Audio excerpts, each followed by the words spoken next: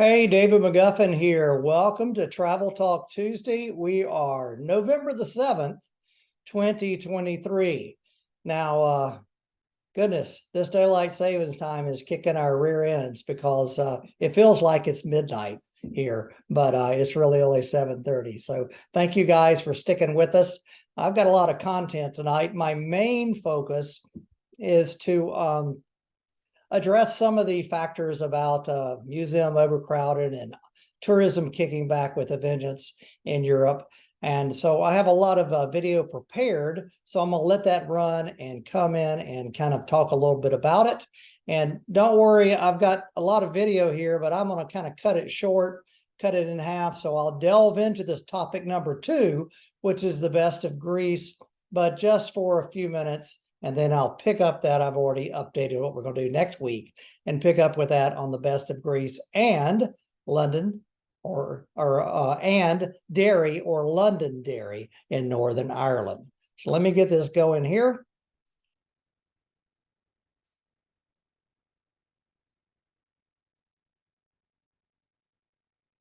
And so my focus tonight here is overcrowding, packed out museums, and this is in Florence, which is one of the worst. Florence and in Rome are probably the worst we've experienced in years and years and years. Crowded museums and crowded attractions. So last week I spoke with my tour guide friend Paula, who is in Florence. And so we had a little discussion online about, my goodness, how to overcome all these crowds and everything else, and her take on a day-to-day basis as far as opportunity to take a look at Michelangelo's grand statue of David. We use a local guide that I discovered, 15 years ago or so, and her name is Paula, and she puts a wonderful perspective, a wonderful personal perspective on the art that we see. Our visit will concentrate on David, on Michelangelo's work, and what I would like to do with you is trying to understand why Michelangelo is Michelangelo, and why David has always been top #1 statue of the world. Let's go and have a look at the first one. He's making such a stupid mistake in making the hand and face bigger than they should. Is it by chance that exactly these two opposite parts are bigger? Or does he want to emphasize that with his hand he can kill the giant, and with the other face he's doubting to kill the giant?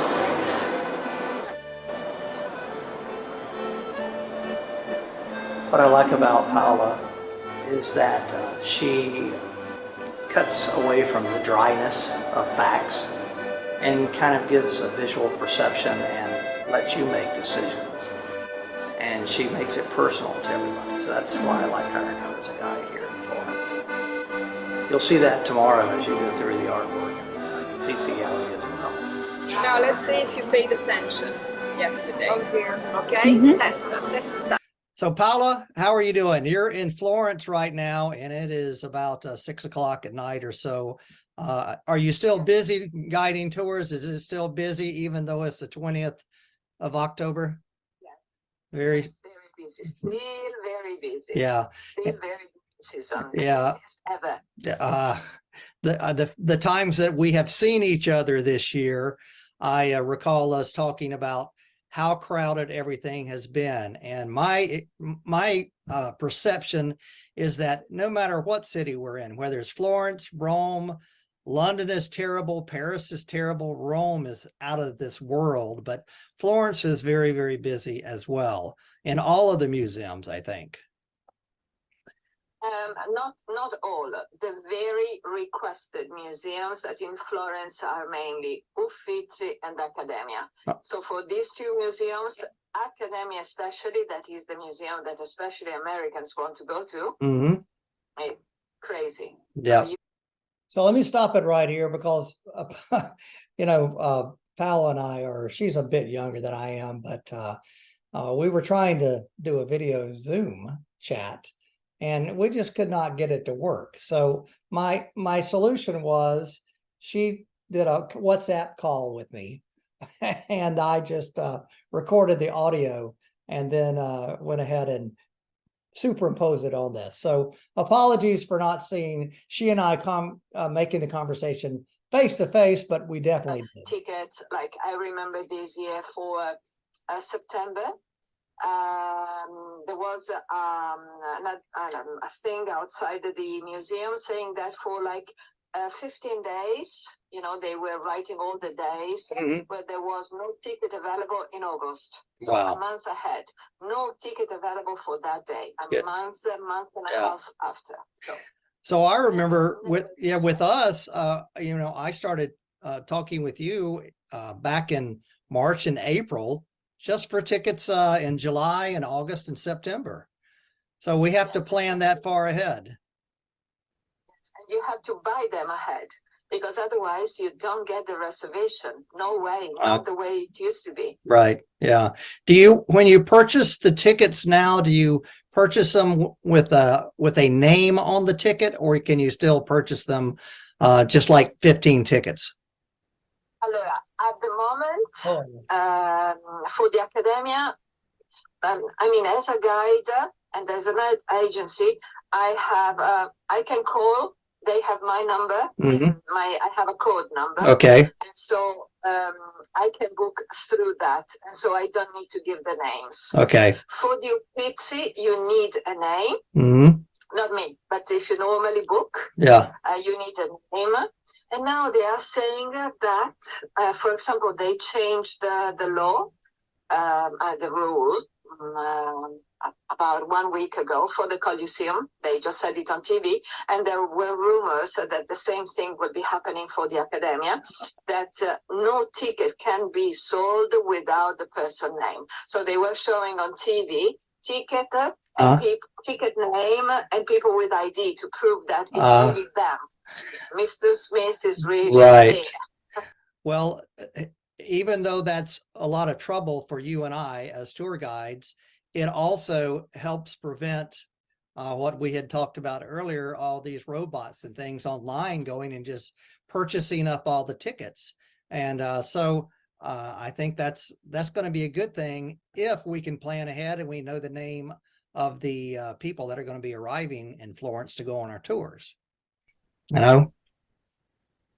Allora, perhaps, but I don't really know, because how can I say, like, for example, before you didn't need to pay ahead. Now they said, let's make everybody pay ahead so that we don't have people buying hundreds of tickets. Right. It didn't. Not at all. It didn't. Not at all. And I mean, these people are so aggressive in the market that they will for sure find a way to transform Mr. Smith in Mr. White. So you think they're going to get around this rule as well? Oh my, yeah, wow. Because this is so much money involved, because a ticket that costs 20, they sell it for 35, 40. Right. Minimum. Yeah. And so this is a lot of money. And I have been people asking me this season, I want to see David. I don't care how much I pay for the ticket. Golly. Then I don't care how much I pay. Wow. Yeah. I don't really know, because each time we have these sort of controls, things have not really improved. And you honest person, you have a lot of trouble. Oh yeah. For you, it's a lot of work. Right. For them, now they couldn't buy the tickets. Not so many, but they do. So. Well, I don't know. And like you say, they can sell the tickets and they can mark it up 200 or 300%, and people are paying that money for it because that's the only way they can get in. Well, let's hope something happens. But how about? Let me pause here before I ask the next question, because what prompted me to even address this topic on Travel Talk Tuesday is that we had several people that were traveling with us a few months ago, and they were challenging me on why I didn't purchase skip the line tickets for them. This is what the people call it in Italy, or are these big tour companies that offer this. And you'll hear Paula talk about this in just a minute. But I was so frustrated because even if you purchase skip the line tickets, in other words, you make a reservation and you have a specific time to enter, you'll hear Paula allude to this in a few minutes. It doesn't really matter. You still have to queue in a line and wait to get in. And then you have to go through security to get into the museums as well. Now, what the people that were making these complaints in my tour group did not understand and did not see was a line stretching for 400 or 500 yards down the other direction of those who were just waiting to get in without a reservation or without a booking. And that was true in the Vatican Museum. It's also true in the Accademia here in Florence and the Uffizi, but the Uffizi is a little bit better in Florence. So enough of my bandwagon and soapbox. Let's hear what Paula has to say about that. So since so many people are buying up all the tickets, there are definitely long lines to get in, say, the Accademia, where Michelangelo's David statue is. So the tickets you purchase, I know that we get in a shorter queue, a shorter line, but we still have to wait a little bit, but we have a timed appointment. And so we don't have to wait too long, I don't think. It works like that. You have a time, and normally you have, and they should be having a window of 15 minutes to come. Yeah. So I can be late 15 minutes. They can be late 15 minutes.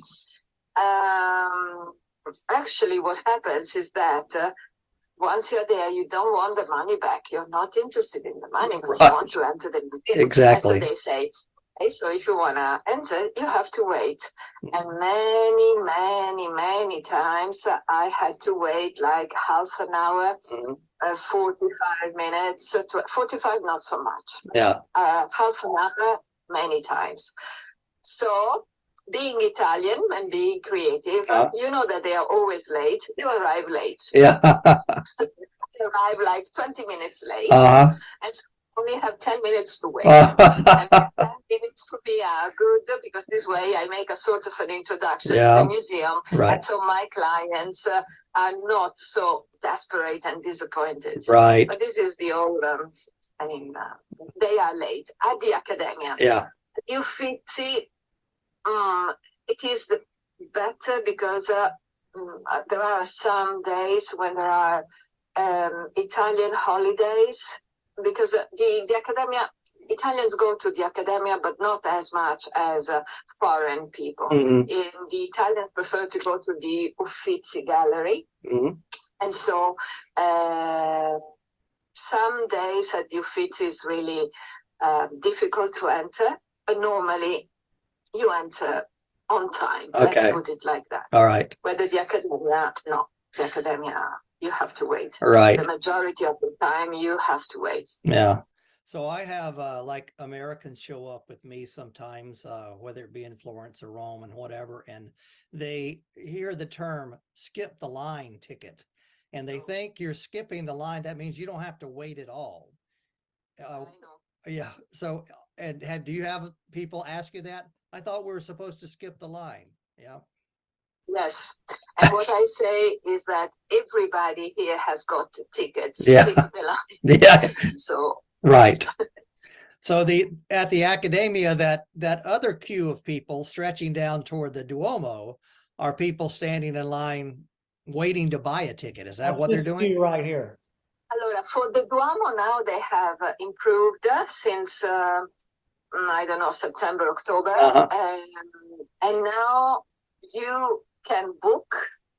No, you have to book if you want to enter, because you can, if you pay a ticket, you can enter the cathedral, and you can enter at a certain time. Yeah. Then it's always these 10 minutes, 15 minutes yesterday I waited 10, 20 minutes to enter. Okay. So that is, it's not the 1 hour, 40 sure, minutes that were before. Yeah. Okay, good. Shorter.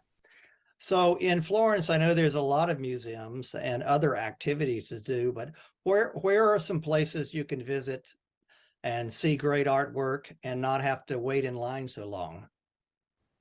Bargello Okay. is a wonderful museum. Also, the Museum of the Cathedral, that according to me is the best of the city. If you don't want to enter the cathedral, that's the difficult part. But if you just want to enter the museum, normally I think I queued once my whole life. So yeah. no queue. And the name of that museum is what? What is that one for the Opera del Duomo Museum? Okay, and that's back behind the Duomo. Okay, got it. Right. Yep. Another fantastic museum where they welcome with red carpets because nobody goes is the Museum of San Marco. Okay. Is that very near the Accademia as well, right? Okay. Around the corner. Yeah. Okay. That's a big square next to the Accademia. What about entering the PT Palace? Is that worthwhile? It's an incredible way of, how can I say? Allora, the PT Palace is only, PT Palace has got many museums inside, so probably I think you are referring to the Galleria Palatina. That is the main museum inside. And in there, just to give you an example, there are 10 paintings by Raphael, only to mention one painter. Okay? Wow. And on top of that, this has always been the royal house of Florence. So there are stuccos, frescoes on the ceiling, furniture. It's a super beautiful museum, perhaps even overwhelming because there is really a lot to see. And it is absolutely not secondary at all. Okay. Not secondary at all. The best Raffaello, for example, is there, but then there are other works by Tiziano, Rubens, Artemisia Gentileschi, Andrea del Sarto, many. Okay, that's great to know. And it is not hell like Uffizi. Okay. So when you enter the Galleria Palatina, you have time to stop in front of a painting, and nobody pushes you around. Instead at Uffizi, they yell at you.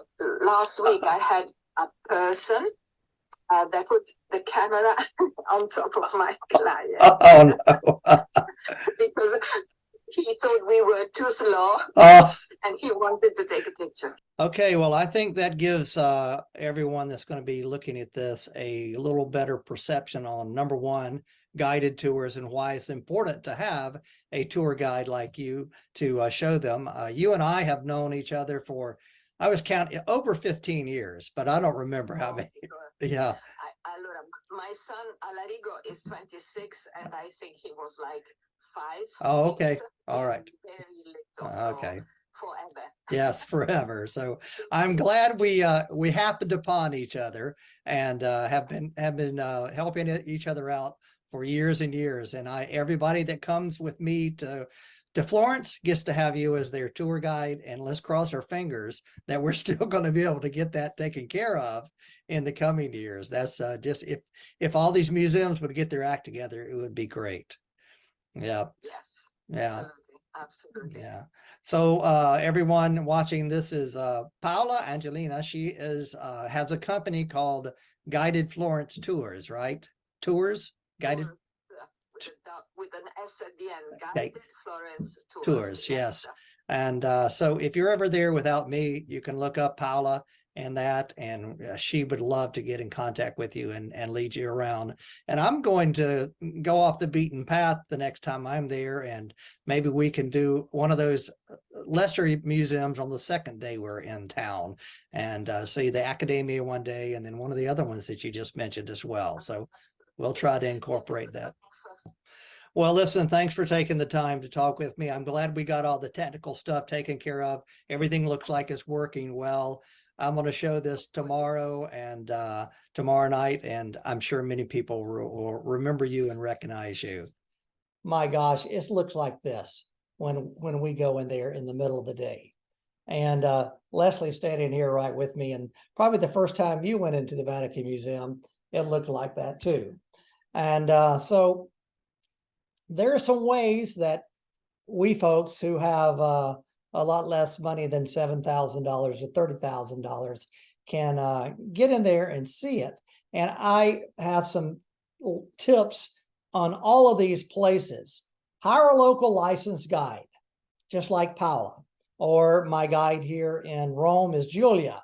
And they have an in to the ticket agency and can get a ticket that goes in with a timed entrance and can get in. That doesn't prevent you from having to go through security, because you got to go through security at any museum. And usually that's what the line is for, is waiting in line for the security, not to get into the museum. Visit early in the morning or very, very late in the afternoon. Pre-purchase the tickets, which is what we do. And you heard Paula mention that now it's even more challenging because, gosh, what happens if I've got a tour, let's say, starting I think the 3rd of July in Rome. And so I have to guess how many people I'm going to have on that tour and pay for the tickets. And right now we have to put somebody's name down, and we don't know, right now there may be 6 people signed up for the tour, but eventually there may be 18. So how am I going to do that? So it's very, very challenging for us as tour operators and tour guides to do that. But we jump through the hoops and try to make it work. And that's why we know the local guides that can get us in. The Vatican Museum is terrible at getting in. I was also going to say that standing in line for the St. Peter's Basilica, if you don't go into the Vatican Museum, that line stretches all the way around the piazza there. Going to let's think about Spain. There's not many places in Spain that are too bad, but in Granada is the Alhambra, and getting into the Alhambra requires you booking tickets way in advance. And once you get the tickets, there's no queue to get in, but getting the tickets is a problem. The worst, after the Vatican Museum, the second worst is the Eiffel Tower. And they are just insane because there's no way to get in there. I've tried 3 different ways this summer, paying a hijacker over €100 to get my group in. We still had to wait in line to go through security. We still had to wait in a special line to get up the elevator. We also bought tickets from the tour Eiffel Tower, which is very unusual, but we were there in March, and so we're able to do that. We still had to wait in line. The tickets only cost like €24, but we still had to wait in line. We still had to wait in line for security. We had to wait in line to go up. And then the third time, we just didn't buy a ticket at all ahead of time and stood in the queue for maybe 50 minutes or so, and we're in. So in the big scheme of things, all of that is about the same amount of time. The prices vary. But the Eiffel Tower, getting up there is just unbelievable and terrible. And when you want to purchase your tickets, the number 4 here is purchase them as soon as you know you're going and as soon as you can, because a lot of them you can't buy them but a month ahead of time, or maybe 90 days ahead of time, but most of them are a month ahead of time. Leslie's standing here, and she and Steve, her husband, bought tickets on one of those, what was it? One of those Viator to go to the top of the Duomo in Florence.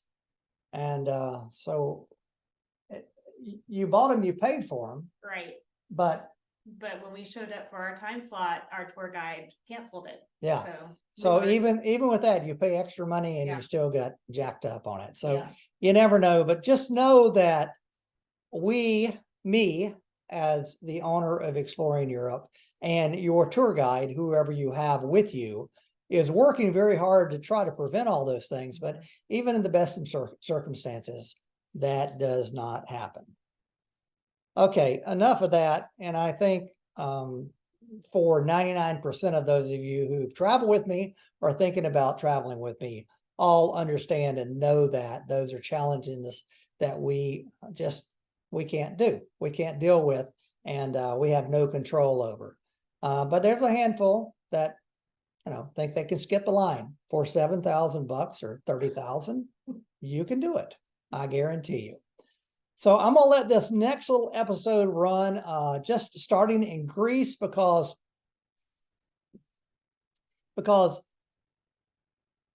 by the way, that's Julia. She's our guide, and in Rome, let me just show you, back it up a second.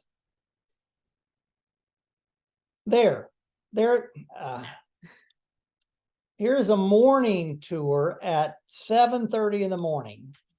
The same hallway I just showed you. But if you pay extra, and we do, to get you in early in the morning, then it is much less crowded in the Vatican Museum. All right, here we go. Let me let this one little thing run in Greece, and then I'll be through in 5 minutes. Greece tour here on the island of Santorini. I'm at Parisa Beach. This is the black beach. There's a red beach and a white beach also here on Santorini. But this is a wonderful place for us to wrap up our holiday vacation here for the best of Greece. We started way up in the mountains in Delphi and then traveled over to Olympia. A couple of nights in Nafplio, a couple of nights on the island of Idra, a couple of nights in Athens to see all the sights there, and then 3 nights right here on the island of Santorini. I hope you can join us sometime on our Best of Greece tour. It's really a great value and a great experience to see all Greece has to offer. Hey, thanks for checking in here. Your adventure starts right here with David McGuffin's Exploring Europe. So you see the route of our Greece tour. It starts in Athens and it does that whole route through Delphi all the way down to some of the islands, and then ends in Santorini. And Delphi is a place off the beaten path. The museum is there. It's wonderful. It overlooks the Bay of Corinth, and it's the site of the ancient Oracle of Delphi. And Hey, David McGuffin here at the ancient site of Delphi here in Greece. We're looking at the temple here and the site around the archaeological discoveries here around Delphi and the place where the Oracle sat. So enjoy this look around Delphi. Your adventure starts right here with David McGuffin's Exploring Europe. So we have a local tour guide there that meets us and takes us around this archaeological site of Delphi. And you'll see that unlike the Acropolis and the Parthenon up there in Athens, there is nobody here but our group. And it is just wide open. And the museum, which is just down the hillside from this, houses ancient artifacts that are 3,500, 4,000 years old, dating from this archaeological site. So getting off the beaten path and visiting Delphi and ancient Olympia and Mycenae and all ancient Corinth, all of those places in Greece are just wonderful places to go and visit. And not many people, not many tourists provide that. So I'm going to stop right here and just tell you that next week I'm going to pick it up there with my Best of Greece tour, because I want to promote that, because we're scheduled to do the Best of Greece next October, and it is a premium time to travel. And we've already booked the hotels. We've got everything squared away. We've got our guides, all of that taken care of. And if you ever have wanted to go to Greece, but have not done so, it is a phenomenal experience. Everything from ancient Delphi, which is right here, all the way down to the island of Santorini, which is just phenomenal, in a caldera, a volcanic caldera that exploded 6,000 years ago. So keep that in mind, because I'm doing promotions on 4 tours for Travel Talk Tuesday people only. One of them is the FSU Georgia Tech game in Athens next August. Not Athens, sorry, in Dublin, next year, in August of next year. I'm also promoting tonight on Travel Talk Tuesday, this tour of Greece as well that I will address tonight and next week. Also, I'm promoting my Croatia and Budapest land and sea tour, which happens next September. We've got only a couple of staterooms on the cruise available on that. And so all of those are just something that if you want to consider, and go to Travel Talk Tuesday or davidmcguffin.com TTT, take a look at that. You'll get all the information on that. So I'm going to wrap it up for tonight. Next week, as I said, we're going to talk about Londonderry or Derry and wrap up this Vesta Greece tour. So until then, your adventure starts right here with David McGuffin's Exploring Europe.